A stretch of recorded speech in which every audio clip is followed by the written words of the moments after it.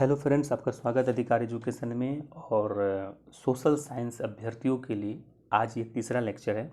इससे पहले 2 लेक्चर यानी कि 2 क्लासेस अपलोड हो चुके हैं। अगर आपने नहीं देखा है तो इसको देखने के बाद जाकर उसे भी आप देख लें।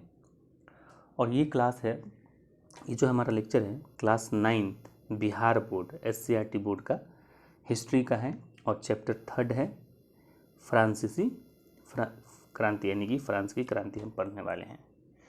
ये पूरा नोट्स फॉर्म है और ये हैंड रिटन नोट्स हैं। अगर इसका डिटेल नोट्स और भी चाहते हैं तो आप हमें इस व्हाट्सएप नंबर पर आप हमें मैसेज कर सकते हैं।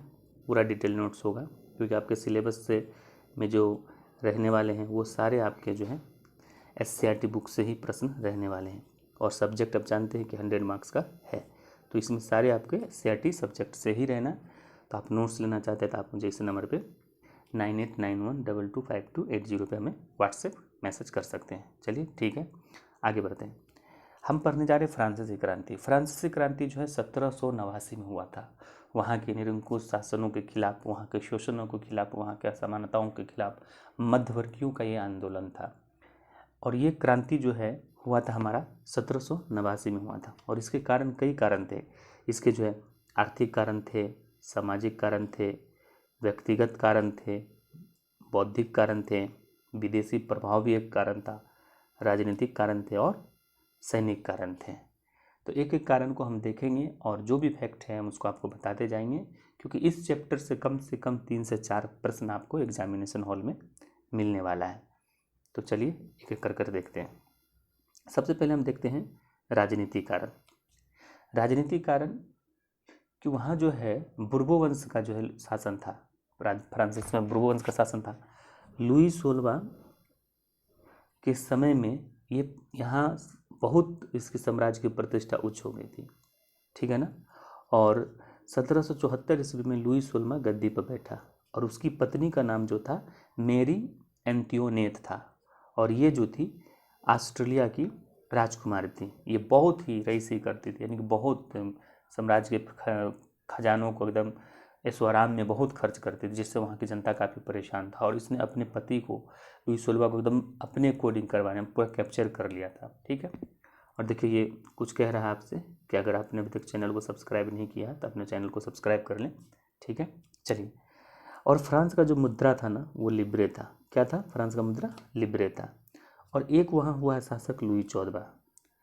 लुई 14वां कहता है कि मैं ही राज हूँ, आई एम द स्टेट। कहता था कि मैं ही राज हूँ। किसने कहा था? लुई 16वां था, सॉरी लुई 14वां ने कहा था। और वहाँ का जो संस्था था, जिस तरह से हम लोग यहाँ भारत में भी संस्था होती है, संसद वगैरह, उस तरह का जो वहाँ संस्था था उसको पार्लामा कहते थे। और इसकी संख्या कितनी थी? 17 थी, ठीक है ना। इसके बाद हम देखते हैं सामाजिक कारण। कि सामाजिक कारण क्या? हम जानते हैं कि साम्राज्य, वहाँ का जो साम्राज्य था फ्रांस का, वो 3 भागों में बटा हुआ था। 3 भागों में बटा होता है ना। एक था प्रथम स्टेट, जो कि आप देख रहे हैं। प्रथम स्टेट के बाद जो है द्वितीय स्टेट था, तृतीय स्टेट था।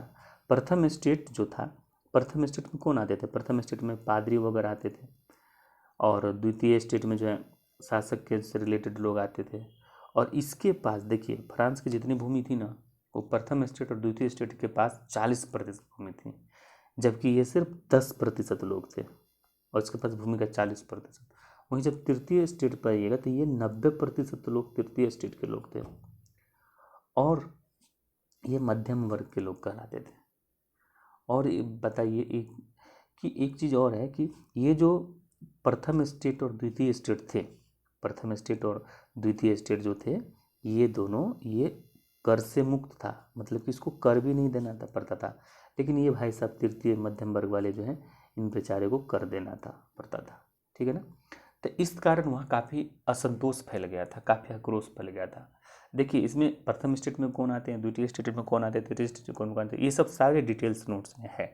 क्योंकि यहाँ पे लेक्चर के माध्यम से अगर मैं सारी नोट्स को बताने लगूँ तो एक एक लेक्चर जो है ना 1.5 घंटे के हो जाएंगे और यूट्यूब पर उतना आप देख नहीं पाएंगे। इसीलिए हमने एक नया तरीका निकाला कि इसको मैं शॉर्ट्स फॉर्म में और करके मेन पॉइंट इसमें बताता हूँ। और उसके बाद वो नोट्स भी हम आपको अवेलेबल करवा देते। अगर आप चाहते हैं तो वो नोट्स के लिए आप जो है व्हाट्सएप नंबर जो ऊपर बताया गया है उस पर आप मैसेज करेंगे तो वो नोट्स और ये दोनों नोट्स आपको उसके साथ साथ मिल जाएगा, ठीक है। चलिए सामाजिक कारण हमने देख लिया। अब हम देखते हैं आर्थिक कारण। एक बहुत बड़ा कारण आर्थिक कारण भी था। आर्थिक कारण में क्या था, जैसे कर जो टैक्स था ना वो भी एक समान नहीं था, असमान कर प्रणाली था।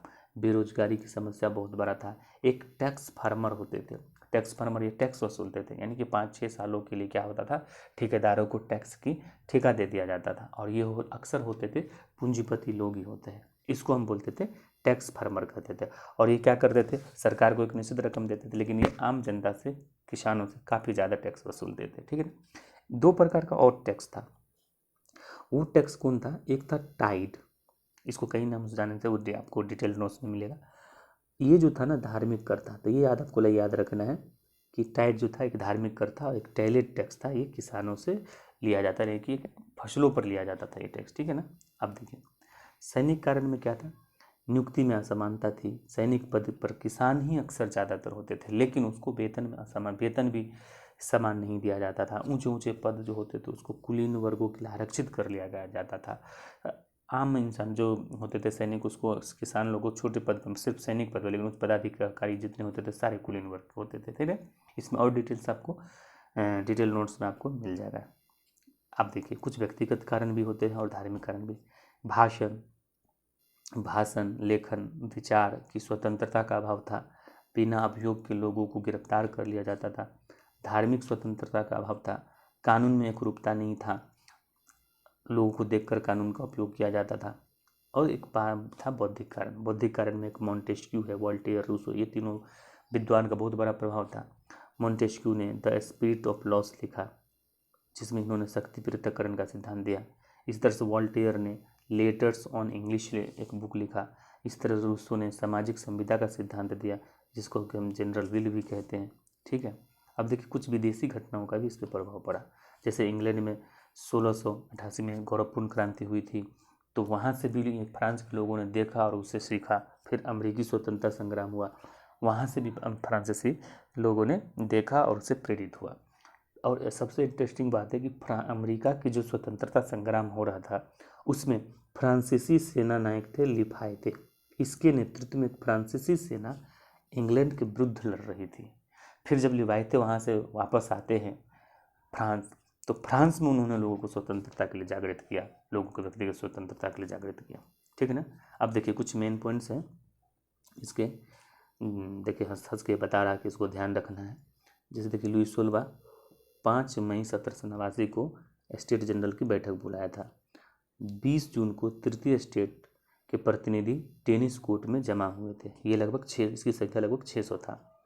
और अपनी सभा को नेशनल असेंबली घोषित किया टेनिस कोर्ट में। ठीक है ना। तृतीय स्टेट में, तृतीय स्टेट में कौन थे, मध्यम वर्ग के लोग थे, जैसे किसान, मजदूर, क्या कहते हैं आप, टीचर, शिक्षक हो गए, वकील हो गए, डॉक्टर हो गए, दुकानदार हो गए, व्यापारी हो गए, ये सब।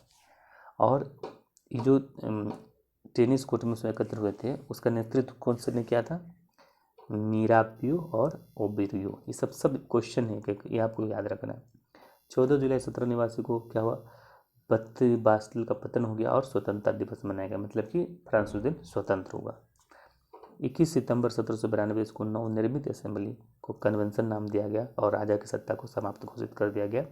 और 21 जनवरी 1793 ईस्वी को लुईस 16 की फांसी दे दी गई और 1795 ईस्वी में संविधान बना और गणतंत्र घोषित किया। ठीक है ना।